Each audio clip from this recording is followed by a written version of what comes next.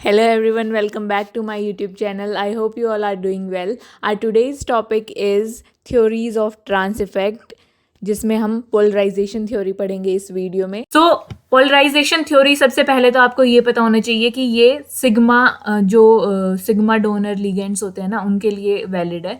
जिनके पास pi bond नहीं होता उनके लिए वैलिड है. जैसे क्लोरीन जो हेलोजेंस हो गए, मेनली क्लोराइड आयन हो गया, फ्लोराइड आयन हो गया, इन सब के लिए वैलिड है ये पोलराइजेशन थ्योरी. जो पाई बॉन्डेड लिगेंड्स होते हैं उनके लिए नेक्स्ट थ्योरी है वो है पाई बॉन्डिंग थ्योरी. वो हम नेक्स्ट वीडियो में पढ़ेंगे. सो पोलराइजेशन थ्योरी में क्या होता है? Effect according to this theory the polarisation of a ligand would be directly related to its trans effect. यानी कि जितना जो पोलराइजेशन होगा ना, इसमें बेसिकली आपको थ्योरी के नाम से ही पता चल रहा है कि यहाँ पर पोलराइजेशन की बहुत ज़्यादा इंपॉर्टेंस है. तो जो पोलराइजेशन होगा किसी भी लिगेंड का, वो डायरेक्टली प्रोपोर्शनल होगा या फिर डायरेक्टली रिलेटेड होगा उसके ट्रांस इफेक्ट से. जितना ज़्यादा पोलराइजेशन उतना ज़्यादा ट्रांस इफेक्ट, ऐसे समझ सकते हो आप. तो सबसे पहले हम ये देखेंगे कि एक हमारे पास Ma4 टाइप का कॉम्प्लेक्स है. Ma4 यानी कि सारे जो लिगेंड्स हैं वो सेम लिगेंड्स है, कोई भी डिफरेंट लिगेंड नहीं है, सेम लिगेंड्स है. तो अब आपको पता है कि अगर सेम लिगेंड्स हैं तो जो डाइपोल क्रिएट होगा एक स्क्वायर प्लेनर कॉम्प्लेक्स में, वो कैंसिल हो जाएगा. देखो जैसे ये एक हमारा स्क्वायर प्लेनर कॉम्प्लेक्स है, यहाँ पर मेटल हमने प्लेटिनम ले लिया, ये चारों लिगेंड्स इसके सेम है ना, सेम लिगेंड्स है सारे. तो जो डाइपोल क्रिएट करेगा, सपोज ये ए नेगेटिव इस पे डाइपोल इस डायरेक्शन में क्रिएट कर रहा है, तो ये जो है ये इस साइड करेगा, ये है ये इस साइड करेगा, ये जो है ये इस साइड करेगा. तो ये सारे डाइपोल्स तो आपस में कैंसिल हो जाएंगे. तो यहाँ पर कोई भी ओवरऑल डाइपोल मूवमेंट तो आएगा ही नहीं ना. ओवरऑल डाइपोल तो यहाँ पर 0 हो जाएगा. तो इस केस में क्या होगा कि जो इक्वल डाइपोल होने की वजह से जो ट्रांस इफेक्ट है वो 0 होगा. ट्रांस इफेक्ट भी ऑब्जर्व हम नहीं कर पाएंगे इस केस में अगर हमारे पास सारे लिगेंड्स सेम है, क्योंकि इनका डाइपोल 0 हो गया. तो कोई भी एक ऐसा लिगेंड नहीं है इनमें से कि जो दूसरों से अलग हो, जो अपना ट्रांस डायरेक्टिंग इफेक्ट दिखाए और अपने से ट्रांस पोजिशन पे जो भी लिगेंड प्रेजेंट है उसको रिमूव करवा सके वहां से. अगर हम इनमें से कोई भी एक लिगेंड चेंज कर दे, सपोज हमने Ma3B टाइप का कॉम्प्लेक्स ले लिया, अब B हमने एक नया लिगेंड लिया है यहाँ पे, तो हमने क्या किया कि एक नया लिगेंड ले लिया, कोई भी एक लिगेंड को चेंज करके हमने एक नया लिगेंड ले लिया. अब जो पोलराइजेबिलिटी है सारे लिगेंड्स की वो सेम नहीं होगी, है ना. डाइपोल जो है वो अलग क्रिएट होगा एक लिगेंड की वजह से. पोलराइजेबिलिटी आप समझ सकते हो फजान्स रूल्स. अब फजान्स रूल क्या होता है, इसके लिए मैं एक वीडियो बना दूंगी, एक शॉर्ट वीडियो, और वो डिस्क्रिप्शन में टैग कर दूंगी तो आप वहां से देख सकते हो. तो देखो फजान्स रूल में बेसिक बता देती हूँ कि जैसे जो आयंस होते हैं उनका जितना ज़्यादा साइज होगा उतना ज़्यादा उनकी पोलराइजेबिलिटी होगी. यानी कि वो उतनी ईजिली जो कैटायन होगा या फिर जो हमारा मेटल है वो उतनी ईजिली इसको डिस्टॉर्ट कर पाएगा, इसमें डाइपोल क्रिएट कर पाएगा.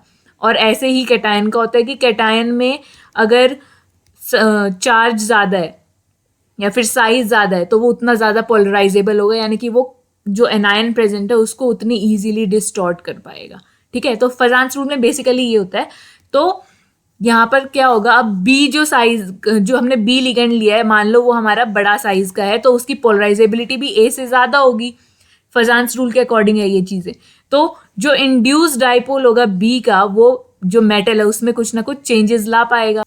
ये है हमारा बी, इसका साइज बड़ा है, तो क्या होता है, इसका साइज बड़ा है तो ये इजीली जो ये मेटल है ये इसको डिस्टॉर्ट कर पाएगा. अब मेटल पे देखो यहाँ पर अगर पॉजिटिव चार्ज है तो जो ये हमारा लिगेंड है इसके यहाँ पे नेगेटिव चार्ज आ जाएगा, तो ये अट्रैक्शन का फोर्स हो गया, है ना.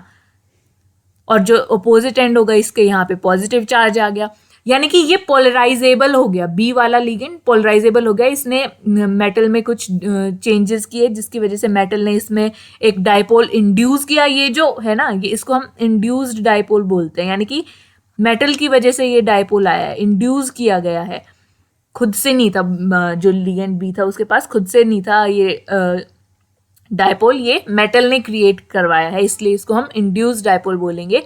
तो ये क्या बोल रहे हैं कि the induced dipole of B causes deformation in M.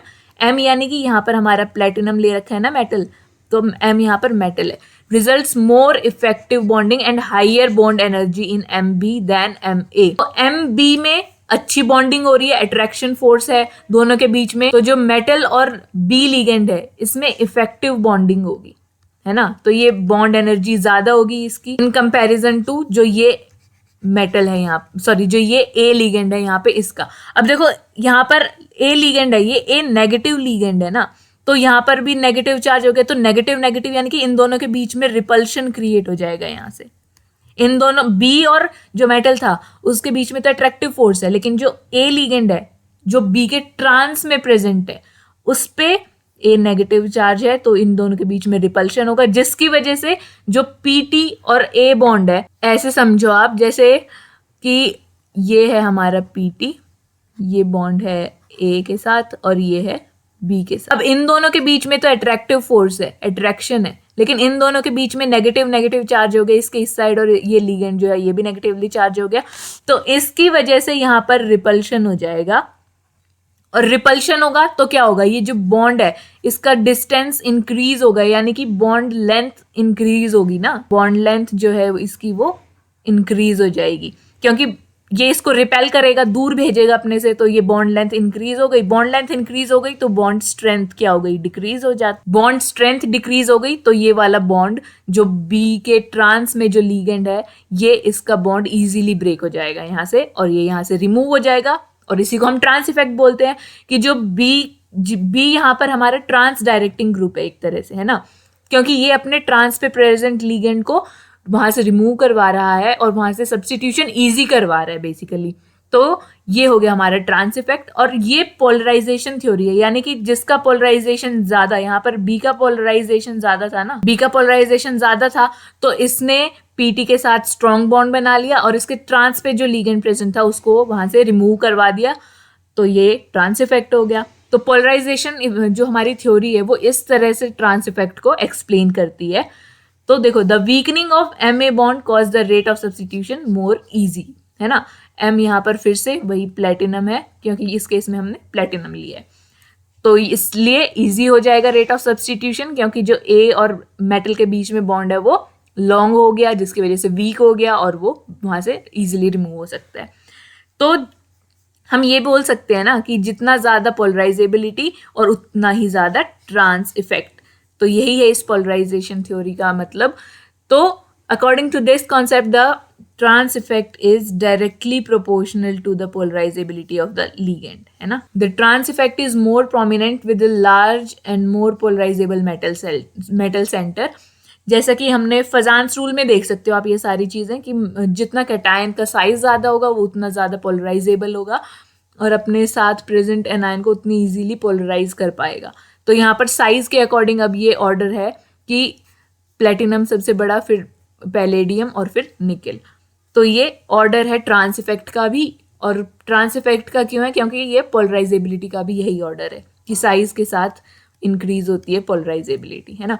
So this was all for today's video. I hope आपको ये पोलराइजेबिलिटी थ्योरी समझ आई होगी, पोलराइजेशन थ्योरी समझ आई होगी ट्रांस इफेक्ट की। अब नेक्स्ट आती है हमारे पास एक और थ्योरी होती है ट्रांस इफेक्ट को समझने के लिए, जो है पाई बॉन्डिंग थ्योरी, जो एप्लीकेबल होती है पाई बॉन्डेड लिगेंड्स के लिए।